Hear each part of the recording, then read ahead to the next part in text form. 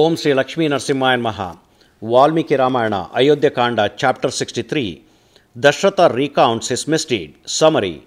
Dasharatha woke up with anxious thoughts, recalling his earlier sin. He starts recounting the story of a young ascetic to Kausalya. He says that while he was Prince Regent of Ayodhya, he went out for hunting in a forest one day and heard the sound of a hermit-boy filling his pitcher with water by submerging it into Sarayu River. Mistaking the gurgling sound for trumpeting of an elephant, the prince hit the boy with an arrow, which went deep into the body of mortally wounded him. On approaching the victim, he discovered the fatal blunder and tendered his heart, felt apologies to the hermit boy, who asked him to extract the arrow from his body and informs his parents. The boy died soon after the arrow was drawn out from the body. Chapter 63 in detail. The king, awakened after some time with his mind afflicted with grief, got into an anxious thinking. Due to banishing of Rama and Lakshmana, a great calamity befell on Dasharatha, who was equal in strength to Indra, like sun seized by obscurity, which is attributed to the demon Rahu. After Rama, along with his wife, departed to the forest, Dasharatha, the king of Kausalya, recalling his earlier sin, wanted to tell Kausalya, whose eyes corners were dark in color, all about it. After Rama was sent into exile to the forest, Dasharatha, on the sixth night, at midnight, was recalling his sin done long ago. King Dasharatha, afflicted by grief for his son, recalling his sin, spoke the following words to Kausalya, who was suffering from sorrow for her son. O blessed lady, O gracious one, a doer reaps surely the fruits of his own deeds, corresponding to the nature of work, either good or bad, of that which he does. He who does not consider, while undertaking actions, the relative value of their fruits, as well as their utilities or defects occurring from them, is surely called a fool.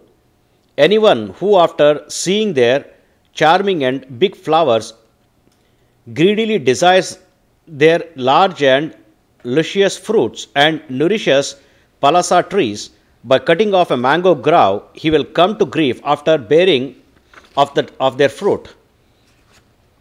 He who, without knowledge and knowing the results, goes running towards action will come to grief, as a nourisher of kimshika trees comes to grief at the time of their fruit bearing. I nourished palasa trees by cutting off mango grove, being wicked-minded in abandoning Rama at the time of arrival of fruit. I am lamenting thereafter. This sin was done by me while I was young and wielding a bow. At that time I was famous as a young man who can shoot heard but unseen object by an arrow. O Kausalya, this grief obtained by my own accord has befallen me, as by a boy in ignorance eating poison in the world. O Kausalya, how the other man became disillusioned by palasa trees, I also became disillusioned in the same manner, without knowing accurately the correct results of hitting a target by means of sound only. O Kausalya, you were unmarried till then, and I was Prince Regent. Then came the rainy season, which enhanced excitement and desire for hunting. The sun, partaking fluids from earth and warming the world with its rays, entered the terrible south quarter haunted by spirits. Heat disappeared suddenly. Resplendent clouds appeared in the sky. All frogs, cuckoos, and peacocks were full of joy. Birds with moistened top of their wings as if they bathed reached with great difficulty the trees, the tops of which were shaken off by rain and wind. Enveloped by water falling again and again on the water already fallen, the mountain with its antelopes in rut glowed like an ocean.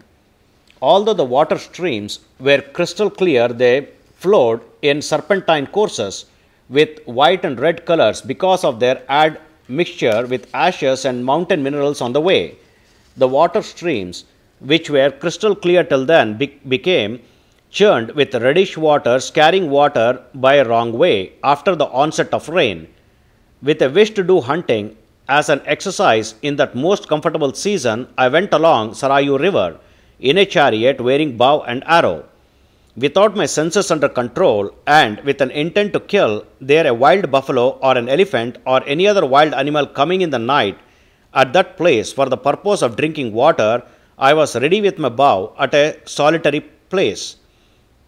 Hearing the sound, I killed, turning towards it a wild animal which came to the banks of Sarayu River, and another violent beast too which came there.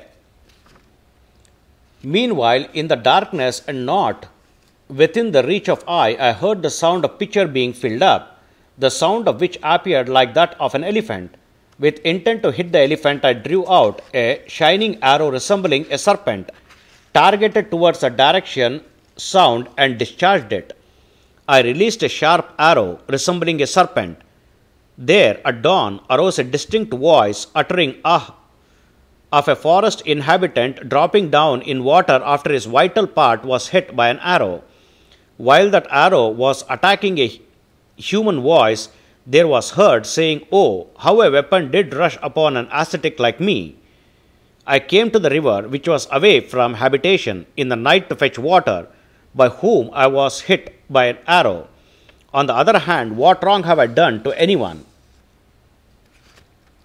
To a shear like me, of having laid down violence and living on fruits and roots of wild plants in the forest, how a killing by an arrow is enjoined? Who is desirous of killing me, wearing a mass of locks of hairs and clad with bark of trees and deer skin?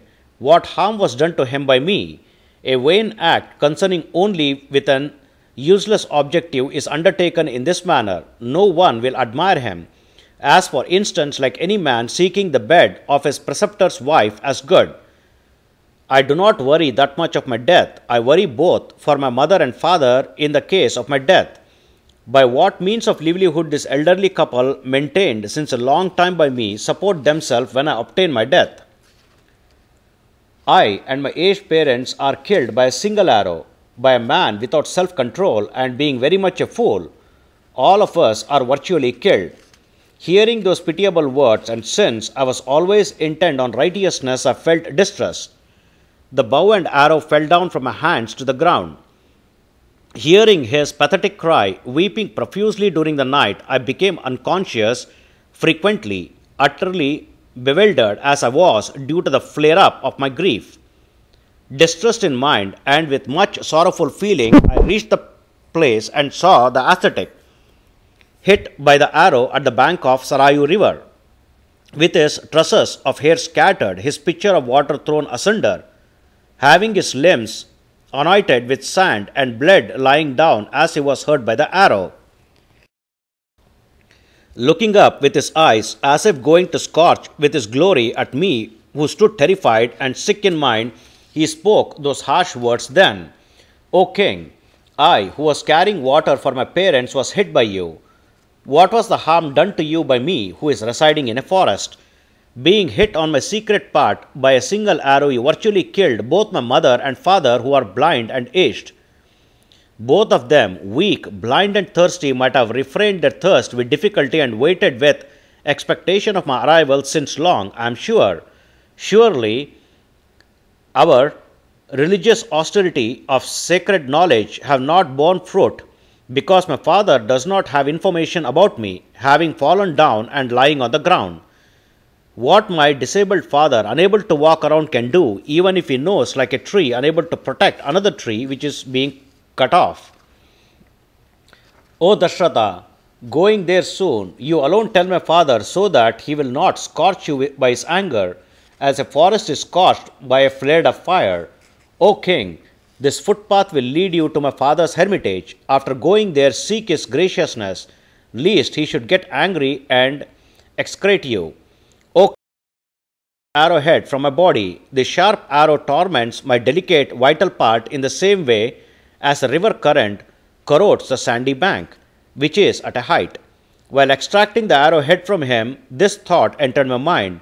With arrowhead in his body he will suffer, even though surviving. But after extracting the arrowhead, he will die. Then the son of the sage perceived worry in the heart of mine, who was lamenting pitiably, suffering from anguish.